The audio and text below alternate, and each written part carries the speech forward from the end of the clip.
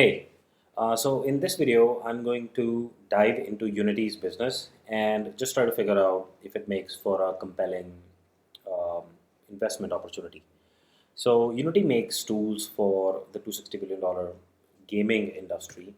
Let's first look at their business model. So we can basically divide their business in two segments. The first is what they refer to as Create, where they basically sell subscription software. There's Unity Engine and Unity Editor, which developers can use to create 3D and 2D experiences, mostly visual interactive content, the kind you mostly see in game development, but also is now more prevalent in the industrial use cases like simulation training, so on and so forth. So they sell this kind of editor, which you can think of as an IDE, like Visual Code, which people can use to develop these experiences. And so they have a bunch of licenses, like personal use is free, and then if you're making more than 200K on your game, I think you move to the pro license, which is $2,040 per year per user, and industry license is more expensive, right? So they sell the subscription to the editor.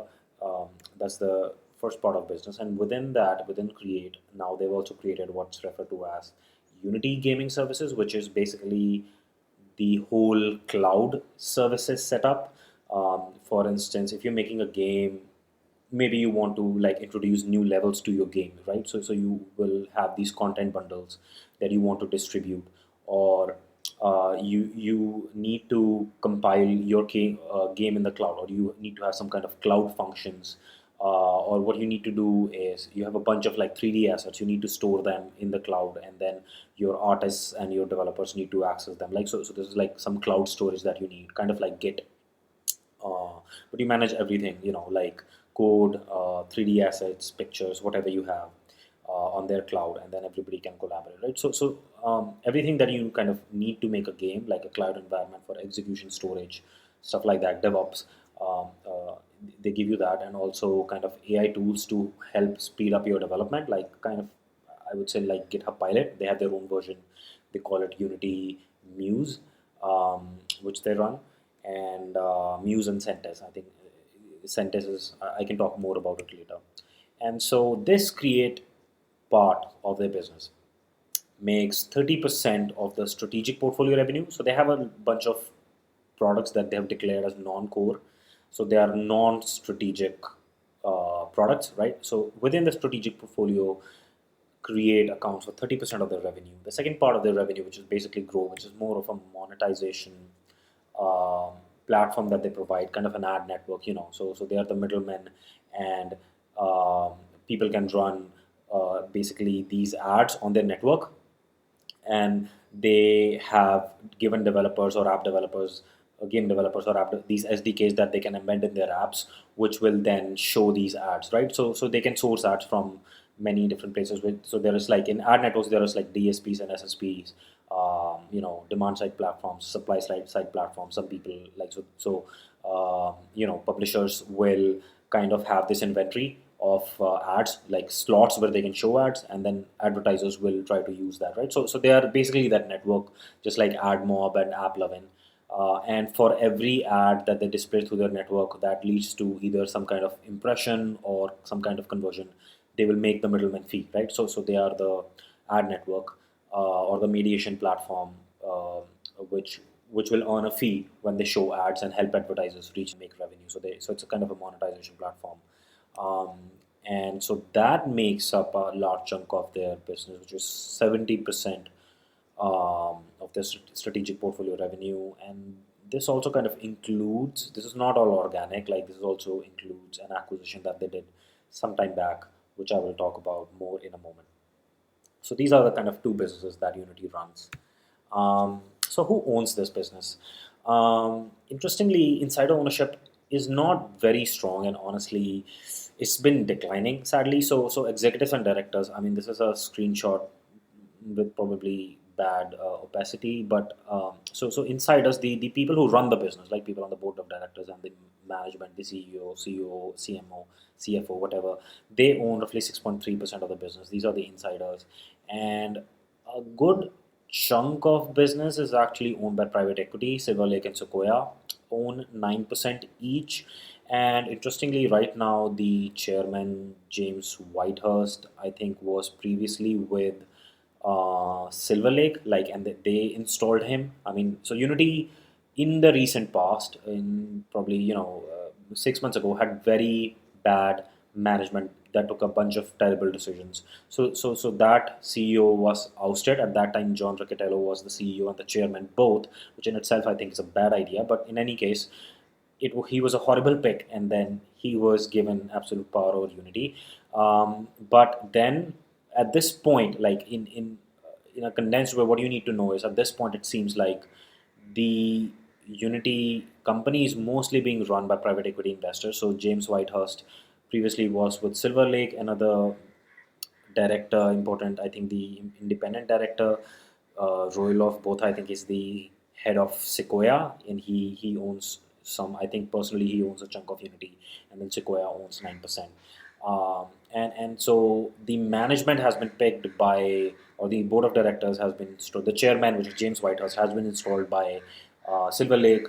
The independent director by Sequoia, and they have picked the current CEO, Matt Bromberg, who recently has joined the company as CEO. And so the founders, like I think I was looking at their like proxy statement from 2021, and founders owned I think roughly 15%. The one of the founders here, which is who's listed as, I don't know if you can see it, but I think David Helgason, and I think Joachim Ante. He, like, both of these founders own substantial amount of equity. I think David owned 10%. He now owns 2.2%. Joe Chamanta is off the cap table now. He owned 5%. So in the past 3 years, founders have actually sold most of their stake, which would really kind of make you have a pause and look at what's going wrong.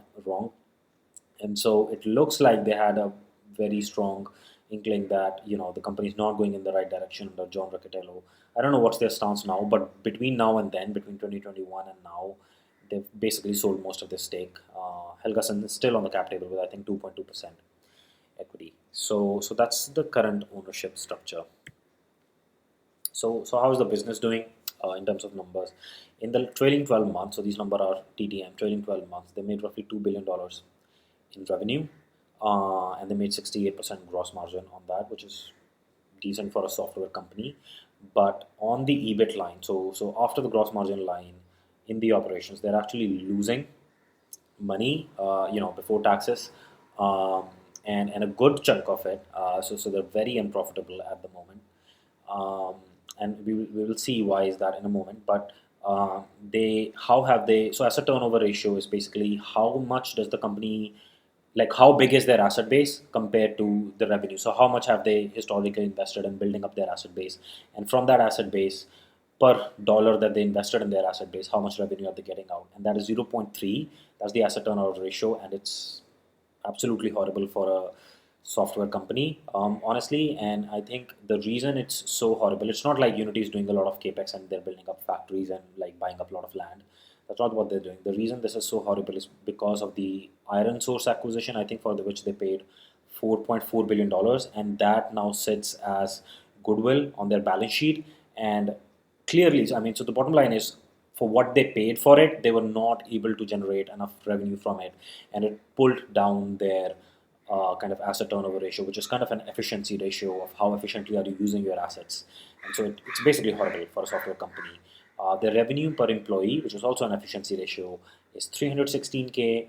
After, like, so this is after they cut 25% of the workforce. I think it was 200K before that, or 200K something. But this is, I mean, this is not great compared to the peers. It's okay. It's okay. It's possible. Nothing great. So it's not very efficient company, and it's basically making losses at this point, as you can see. So in the operations, where are they spending the money, where are the expenses going? So this is basically from the most recent quarter, after making some adjustments, like in the GAAP expenses that they report. So these are the ratios that come out. So most of the money, where they're spending, is actually in R&D. So they're actually spending most of the money in building out the product. They're investing in the product. um, at this point, more than 50% of their operating expense of their, so this is basically a percentage of revenue. So they're spending more than 50% of their revenue in R&D, like in that R&D head at this point. And Unity is, I mean, if you've looked at the product, if you've studied the product, seen tutorials or tried to work with it, it's a fairly technical product which needs optimizations. There are a lot of layers within the tech stack, like right from they have their own extension of C hash to be optimized, to optimize it for building games, and then to improve render performance, to improve garbage collection, stuff like that. They've done a bunch of things there, but it's a deeply technical product which allows you to run games, high definition games at high and good frame rates on many different hardwares. You can do that efficiently and without putting in too much effort. So they really kind of need to invest there, and they are investing there. More than 50% of the revenue. Sales and marketing, 40% of the revenue. General and administrative is 17% of the revenue. So this is broadly the heads under which how they're spending, the money. Um, their revenue, like so in the most recent quarter, their create business grew I think 17%, including everything. I think including China or something like that. And their grow business actually declined year on year 4%. And their strategic portfolio only grew by 2%. So for a company that only grew their strategic portfolio revenue by 2%, they're spending basically 40% of the revenue um, in getting that growth. So I mean, doesn't sound good, but that's the reality of the company. And the SBC is the stock-based compensation. So what percentage of their revenue are they giving out as stock, like as stock options or RSUs or whatever the kind of stock unit that companies give out to their management and employees. And so they're giving out 30% of their revenue as stock-based compensation, which is huge. I mean, it's just on the higher end of what companies generally give out. I mean, we can talk about comparables probably later, but it's just very high, like the stock-based compensation that they're giving out. So, you can see the give and take of good and bad things here. Um, I'm going to digress into making a rant. So this is basically a screenshot from their recent report. So, I mean, and this is not just Unity. This is just a bunch of companies. So this is their GAAP R&D expense. GAAP is basically how you have to report it for accounting purposes. And so they made $282 million in total expense, and then they calculate a non-GAAP expense, which basically excludes stock-based compensation, which is a real expense. The amortization, which is a real expense. It's actually amortization, depreciation are the worst kind of expenses in which you have to do the cash outlay up front and then you have to expenses over time. So these are like the worst type of expenses that a company has to make. And so they deduct all of that, and then they deduct probably this restructuring and reorganization cost, which is not a recurring expense, and then they come out to the non-GAAP kind of number, and then they report these non-GAAP EBITDA, adjusted EBITDA, and stuff like that. It's just what I mean. I just don't. If somebody knows why do companies do this, I mean, you can educate me, but it's just a total. It sounds so wasteful and meaningless. Like, why would you take an actual expense and then take out all the real expenses, stock based amortization, depreciation, and then report expenses? I don't know why do companies do this. The one time expenses I can still understand. The restructuring, reorganization costs, these are non-recurring expenses because they're going through a management change. They have to pay severances, they have to pay compensation to incoming people, signing bonuses, stuff like that. So I think those expenses go in this. But okay, I mean, if you deduct that to show your real performance, okay, I can agree with that. But the reason I'm bringing this up is because this will also come up later in the presentation. But these are the kind of, like, these real expenses are deducted from GAAP, and then they do this adjusted numbers, which I don't know why do companies do it, to probably look good, but it's really pointless and wasteful. Okay, so now I'm going to walk through reasons why I mean, so far, why I like this business. So far, I think basically most of the things that you've seen or don't look so great about Unity. So now I'm going to just walk through a few things that I do like about this business. So firstly, they are like, the company screwed up really bad under the last management, and still they hold a formidable market share in the mobile game industry. So basically, I think in Q4 2023, they reported that 69% of the top 1,000 mobile games are built using Unity, which is a pretty substantial number. So they have a very good market share at this point, and they report on their website 3.6 billion downloads per month. So they hold market share, and I think Unity is a kind of product in which developers have to train themselves to get used to Unity, to get used to their pipelines, rendering pipelines, and the way to kind of set up your code. And it's sort of like WordPress. Like, it's basically an ecosystem, because with Unity also you also have Unity Asset Marketplace, where you have these scripts and 3D assets and a bunch of other things. So what I'm trying to say is there are switching costs to this platform. It's not like I code in VS Code and then the other day I can just go to like JetBrains or PyCharm or something like that, and then just switch and just start coding there, or Sublime Text, whatever you like, right? I mean, in the IDEs, there is some switching cost to going out of Unity. That's why, even though what I have understood is their product has not really evolved that well over the last few years. They've not fixed bugs, you know, in a number of places where people had asked them to. Their platform has not improved substantially. A lot of people are still on Unity and still using Unity, because the platform itself, the way it's built and the ecosystem they've built, has some switching costs, including the praises that I've heard about them is basically they have great forums in which people have been answering and asking questions for a long time. So a lot of those problems are kind of solved there. People have created this content which will help them learn Unity easier, especially important for new developers. And they have a good developed asset marketplace. They have over 20 publishing targets, which means you can develop a game once and publish it across 20 different targets, which it would include, like, say, PC, or like consoles, or mobile devices, different kind of mobile devices, handheld consoles, and now also VR. So basically, you have these many publishing targets to which you can direct your game at. You develop it once and kind of deploy it in many places. So I do think that the way they've developed the software, it has switching costs, and also because it's easier to learn for new developers. I mean, also true for Godot and other things, but they have kind of a mature product and ecosystem. Secondly, with some of the recently introduced services, like the cloud services and the collaboration services that they have introduced, where you can manage all your assets, your whole game development workflow, including your cloud deployments. I think that has a lot of upside for people who are already using the Unity engine and the Unity editor. They now have this basically like seamless way to push their data to the cloud, deploy code to the cloud, stuff like that, which I think will help them gain incremental kind of revenue. You can basically do many things on the cloud. Like, if you want building a multiplayer game, you can host your multiplayer server there. You can introduce voice chat or other kinds of chat between your players. You can use a matchmaking service to, let's say, match players who are at an advanced stage in your game to other players who are quite expert, at that.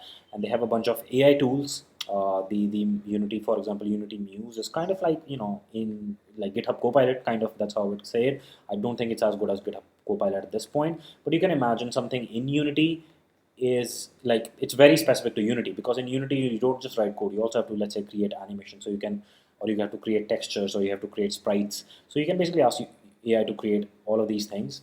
I mean, I don't know if they are right now there as a product to be worth it, but I think they'll definitely have this opportunity to improve these. I mean, as a programmer, I use these Gemini or ChatGPT myself to generate a lot of snippets of code myself. So I know for sure that it does boost productivity, and in that context of developing 3D games, doing 3D programming, which is kind of different, in many ways.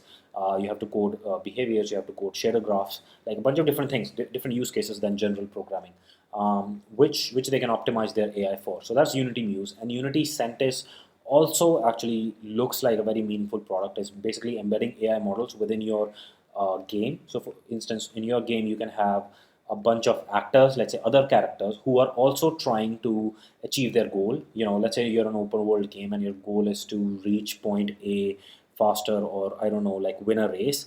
And then there are these other agents within the game, which are generally, I would say, hard coded, or I don't know how their behavior is programmed. But with these embedded models, these other agents in the game can also be much more intelligent and can be powered by AI. So that's what Centis is, basically embedding AI kind of models within the characters in your game. So they also behave intelligently, which I think makes the gameplay much more immersive and meaningful. So they have all these kind of products that can incrementally improve both productivity and the quality of gameplay. So I think these opportunities, they've started to kind of take steps in this direction, and that can pay off over time. Uh, and basically, the other thing is they are probably the only platform which supports, I think, VR, which are compatible with the Apple Vision Pro, I think, and the Oculus. So I think if you are doing VR, probably Unity is your only option. And I think increasingly VR is finding its use cases. It'll obviously start with, I think, training and industrial, and maybe it'll come to the consumer side later on. But I think the industrial and simulation cases of it are generally, I would assume, are high ticket use cases which can help them kind of capture that side of the market on the VR. And also like the steps that the new management is fairly product focused. The current chairman is basically the ex CEO of Red Hat, and they've picked the CEO who previously was able to successfully turn around Zynga. I mean, the point where he entered Zynga, their revenue and stock price both did climb over time. He was the CEO at Zynga in his previous role, so he was able to successfully kind of bring Zynga back up, and then it was acquired by Take Two eventually, and shareholders were happy at the end of it. I mean, they made good profit, so he was able to turn around Zynga, and the chairman James Whitehouse has basically repeatedly said that they are going to move away from this financial focus and really get product focused, and like build and kind of improve their lead within the gaming engine and gaming editor marketplace. So they're going to focus on their core product, which is the game engine and game editor, Unity editor, and also so within the create section, I think, if I'm not wrong, 30% of their revenue now comes from non-gamers, like in industry, like so for instance, the other use cases of this real-time 3D software is you can use it in product design. Let's say if you're designing a car, any physical product, I mean, if you're designing you know like furniture, or if you are working in oil and gas and you have this heavy equipment, even if you're designing shoes, so you'll need to, wherever there is some kind of product visualization required and you need to interact with it, break it down, understand the components, and so on and so forth, and also in simulation and training, right? So I think these are generally high ticket items, as their pricing shows. That's why I kind of mentioned the pricing on the first slide. These are high ticket items, and it's a different customer group, and it's a good thing because it will make their revenue more resilient, because gaming is very dependent on advertising revenue, and advertising revenue is very sensitive to economic cycles, right? So I think that diversifies the revenue, which makes the revenue kind of more stable, which I like. And with the new tools, so these, most of the first five are within the create section. Within the grow section, also I see a couple of opportunities, which is they're basically their monetization engine.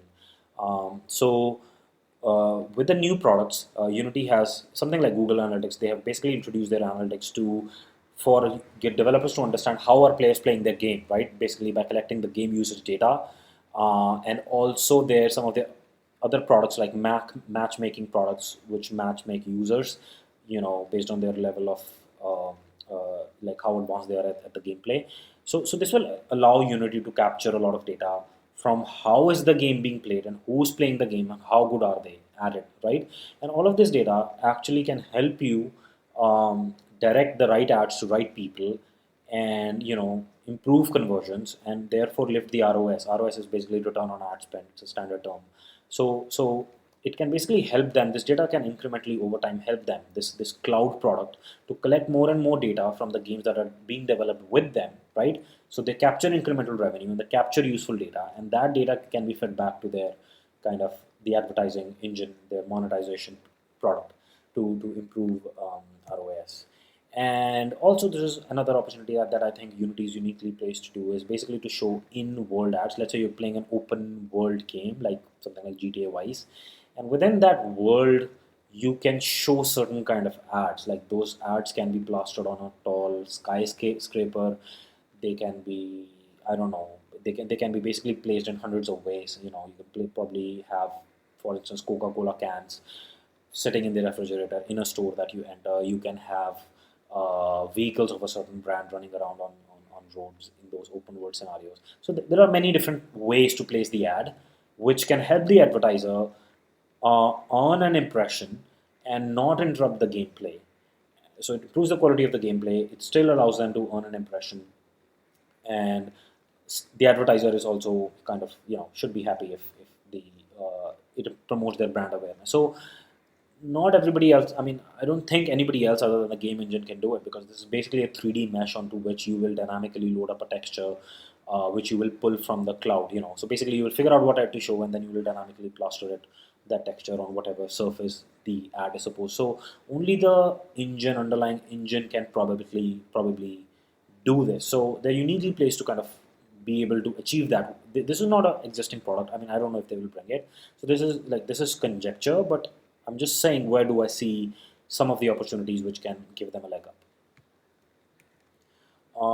Okay, so what are the risks in this business? I mean, I've also counted them on the previous slides, but let's look at them more closely. So uh, most of the risks that I see, are actually on the monetization side of it, which is basically 70% of the business, which is the grow business. So they're up against, there are many competitors, but the two biggest are AppLovin, which is also a public company, and AdMob, which is Google's mobile monetization platform. And so in the same period, like in the last quarter, Unity lost, like their revenue dipped by 4% year on year. AppLovin's revenue, I think, was up 25, 30%, 40%, something like that, like high double digits, more than 25%, right? So they're clearly taking away market share from Unity. Now, I don't know why this is, according to the CEO. This is because their models have surpassed anybody else in the market by a wide margin. Adam Forohi, I think, mentioned this, that the model just started performing much, much better. And it's AppLovin is a very, very well managed company run by the founder. They their asset turnover ratio, basically their efficiency ratio on the assets is, I think, 0.65, which is basically double of where Unity is, right? And then their revenue per employee is $2 million, right? Which is basically Google level revenue per employee for AppLovin. So it's actually a far better managed company, and it's a very fierce competitor which is taking market share. So one of my biggest kind of points on Unity which gives me a pause is, can Unity really effectively compete with AppLovin, and get back to that double-digit revenue growth? I mean, that's the biggest question mark, I think, on them as a business. Obviously, they're competing against AdMob, Google, which does a great job too. But they have very formidable competitors in the grow business, okay? And that's 70% of the business. So keep that in mind. Second, their high stock compensation is just absolutely killing the shareholders. I mean, it's causing massive dilution. You can look at, I think, 3 to 5% is what they dilute year on year, like around those numbers, and it's huge as a percentage of revenue, I think, on the higher end compared to also other technology companies that I've looked at. So that is something that I don't like the high levels of stock when they're not even generating enough, like any cash flow on the operating level, much cash flow to buy back those shares. So it's just causing dilution. So it's basically a loss-making company, and they're making up for those losses rather than losing cash. They're causing dilution, which is not good for shareholders. And second, if you look at their proxy statement, the compensation is based purely on rev growth and adjusted EBITDA. I mean, I've already criticized this. Adjusted EBITDA, like, okay, you can probably use it as one of the metrics to improve, but that number does not include stock-based comp, amortization, like D&A expenses, which are very, very meaningful to a business. I mean, so for instance, you're not penalizing the management for, let's say, making a bad acquisition, right? Because they've allocated that capital, and now even if they expense it out as amortization on the income statement line, it does not like affect their bonus. Like if they made a bad acquisition and just write it off, it basically costs them nothing, their management nothing. So what, like, how is this a good incentive? I mean, there's such seasoned executives sitting on these boards, and I mean, I don't know, yeah, why do these kind of things still happen? So it's purely based on rev growth and adjusted EBITDA. I mean, I think there should be a number in there which basically looks at one of the efficiency ratios, ideally, to say that you will use the capital efficiently, you will use stockholders capital efficiently and carefully, like your own capital. Like, there is no metric like that on their compensation guidelines, which is just stumps me. The management team is not already said that it's not stable. It's not in like a new CEO is incoming. And these kind of situations can cause, they can just fall out for many different reasons, right? And so a new CEO is now incoming. I think this is his first quarter being the CEO. The last CEO, who still surprisingly, like the cap table I showed you, he was the largest shareholder on that cap table at that point in time.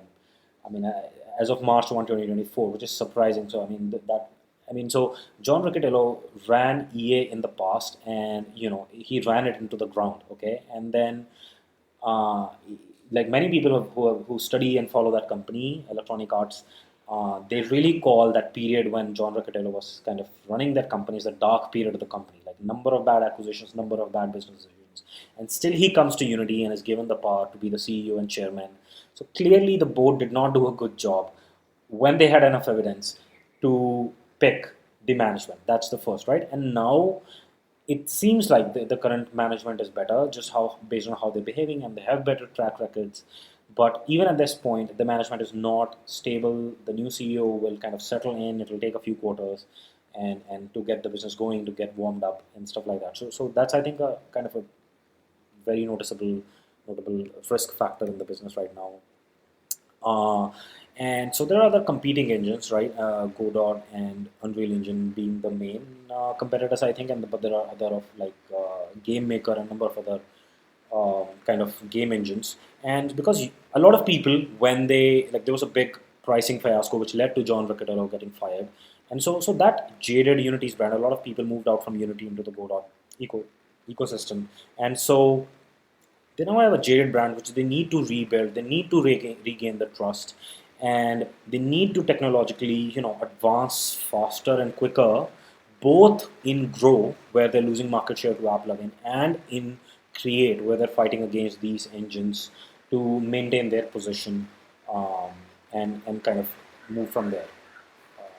And lastly, I would say that the the main source of their, like the games, like most of the mobile games, most of the revenue comes from two places.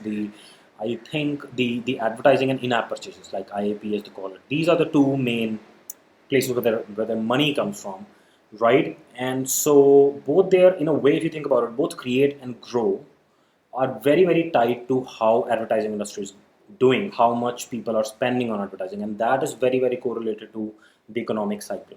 And so I think even now they're heavily dependent on kind of this advertising revenue, or their customers are dependent on advertising revenue. And so I think they're very tied into the economic cycle, and they are, as I mentioned, losing money. So a business that loses money in a bad economic cycle, has the risks are just compounded, with that leverage. And they do have debt on their balance sheet, which they raised to acquire Iron Source, which, as I said, if you look at the asset turnover ratio, does not really, they were not able to make enough revenue from it. So they have debt on their balance sheet, and their OCF, which is operating cash flow, is just barely positive, right? So it's not like they're not losing money, like they're not losing cash. I would say they're losing money. They're not losing cash, but uh, it is just at break even. Like they barely make any money in cash right now. So that also is a point to consider. Yeah, that's it from my side. So tell me, why do you own Unity, or have I missed anything? And yeah, do let me know. And if you found this helpful, please let me know with a like. And thank you. See you next time.